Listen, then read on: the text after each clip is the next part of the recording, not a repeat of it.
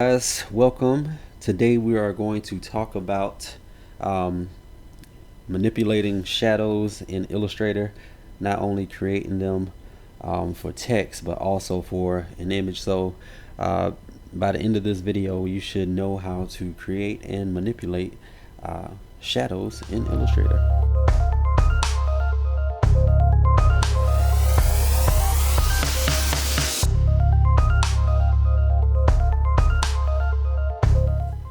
So the first thing I'm going to do is I'm going to start off with the text. There are two ways that I typically create shadows in Illustrator, and the first way is very simple, and you might just want to go with this, and it's a simple effect, stylized drop shadow. Now notice in this panel, this pop-up right here, that mode is on multiply, and I'll show you what that means later. And opacity is dealing with how um, the transparency of your shadow. So when it comes to a shadow, the lower the transparency, the less dark it's going to be on the background. Offset X is moving your shadow to the left or to the right, and the Y is moving it up or down. Ironically, if you press up, it goes down, and if you press down, it goes up. Anyway, blurriness is talking about the edges of the shadow. Is it actually really sharp? So if I bring it down to 0, then my shadow look more like this. So this little panel is cool and everything, and I know for some people it's probably golden, but for somebody who is like me and I want control over every little thing, it can be a hassle working with it. For instance, let's say I'm go back to it real quick. Let's say I go and put the drop shadow on here, and I just go ahead and apply it, and then I realize, oh man, I don't like that. In most cases, a lot of people wouldn't know exactly what to do to fix it. So I'm going to show you how to adjust it. So if you are trying to adjust it and you don't know what to do, you double click and it doesn't do anything but change the text, I know. Just go to Window, Appearance, and in here, this is where when you select something in Illustrator, it tells you everything that's connected to it. The only thing that doesn't show up automatically is stroke and fill, but right here is showing you, or showing us, the drop shadow. And if I want to adjust that same drop shadow, I just click on it and press preview so I can see my adjustments as I make it. So by all means, I'm not saying that you can't control this particular way of doing the drop shadow.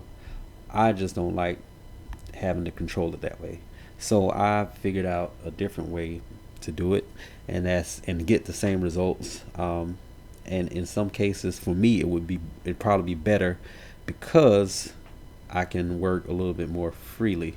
So I'm going to make this become my shadow. So this text as is going to be my shadow. So I'm going to change it to black and go to my opacity, change my mode from normal to multiply, and I'm going to bring it to about 30%.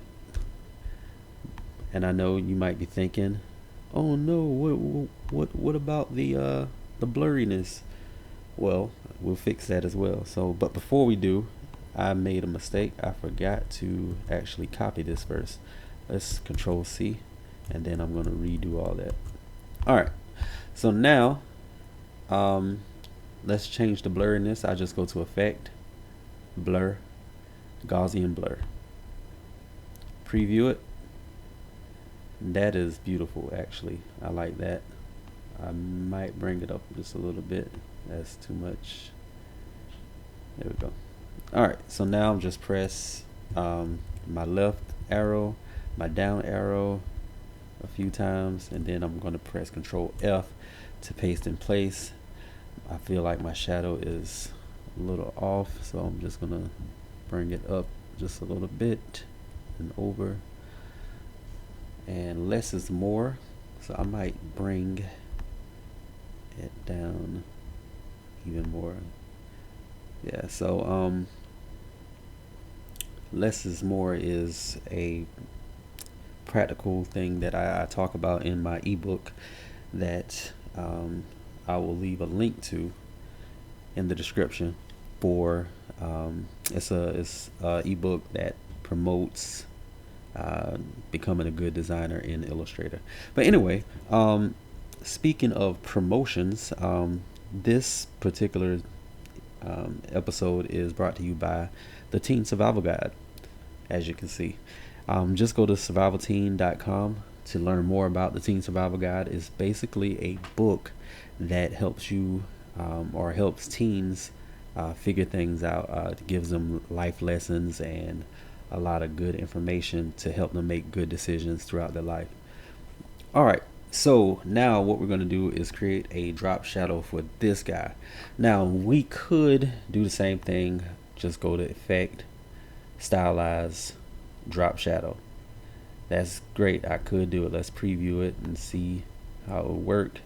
Yeah, that will work. Now, I don't want to do that. I'm going to show you how to create this type of shadow the same way I did for the text with an image. So I'm going to select him, and right now he's in a layer by itself, and I'm just going to lock this layer, and I'm going to come down here, and I'm actually hide the layer too. And I'm going to come down here to my image layer, and I'm just going to press Control F to paste in place. And now this image will be my shadow, just like the text became my shadow. But this time I don't have to copy and paste because the original is in a layer by itself and it's hidden, so they're directly on top of one another right now. So anyway, I'm just going to shift it over to the left some and bring it down just a little bit. Now I'm going to go to image trace. If your image trace is not showing up right here, then you want to go to window and go to image trace, and I like to go to presets, and I'm going to go straight to silhouette. If this happens, that's fine, just press OK. It's just saying that it's a big image. Alright, so now what we have right here is fine. We'll be able to fix all this stuff because we want it to be just straight black. And even if you look here, you see it looks like his ear been bit off a little bit. So that's fine as well, because with the shadow, especially since we're going to blur it, it won't matter. So how do we fill in those gaps? Well, the first thing we have to do is expand it. So we can just press expand right here, or we can go to object, expand. So once we expand it, we have a vector image. So this is now the same thing as me going in Illustrator and creating a shape. So this is the same thing. So now I can use the Pathfinder panel. So I can just go to Window, Pathfinder, and this will pop up. And before I do this, I want to make sure I preserve these openings right here between his arms. So because once I press this, let's try that again. Once I press this, and it doesn't want to work right now. There we go. They go away. We don't want them to go away because we need that to be part of our shadow.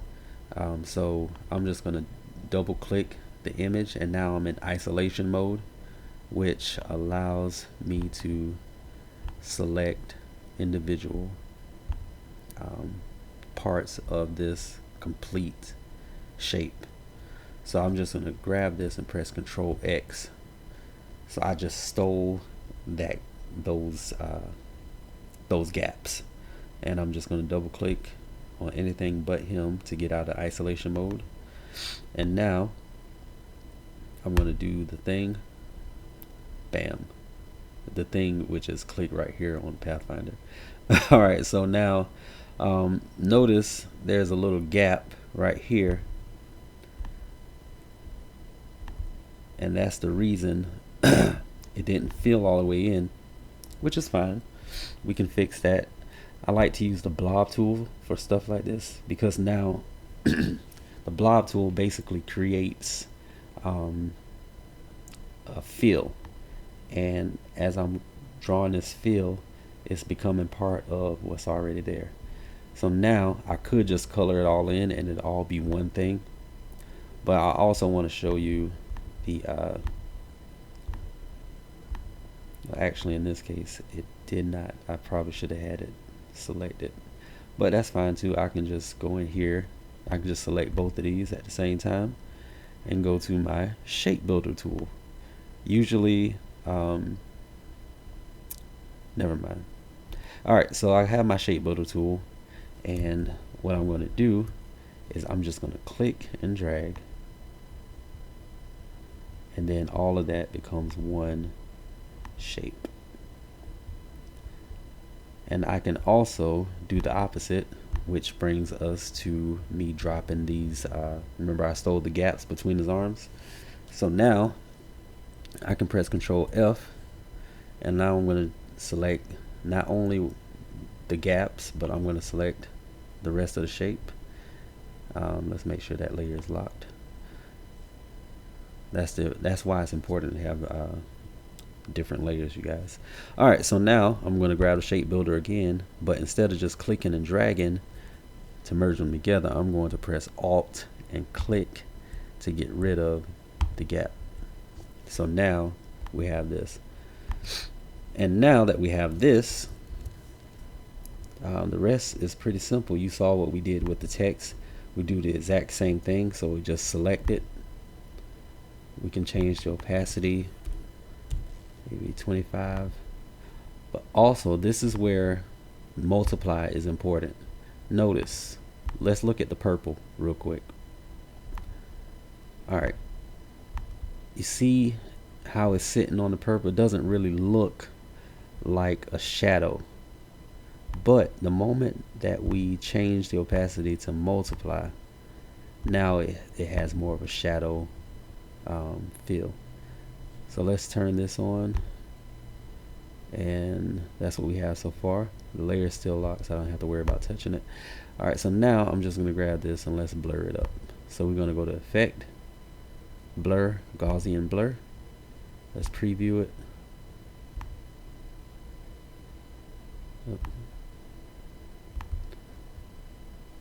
And I'm just going to trust that because I can barely see it, and it looks pretty good.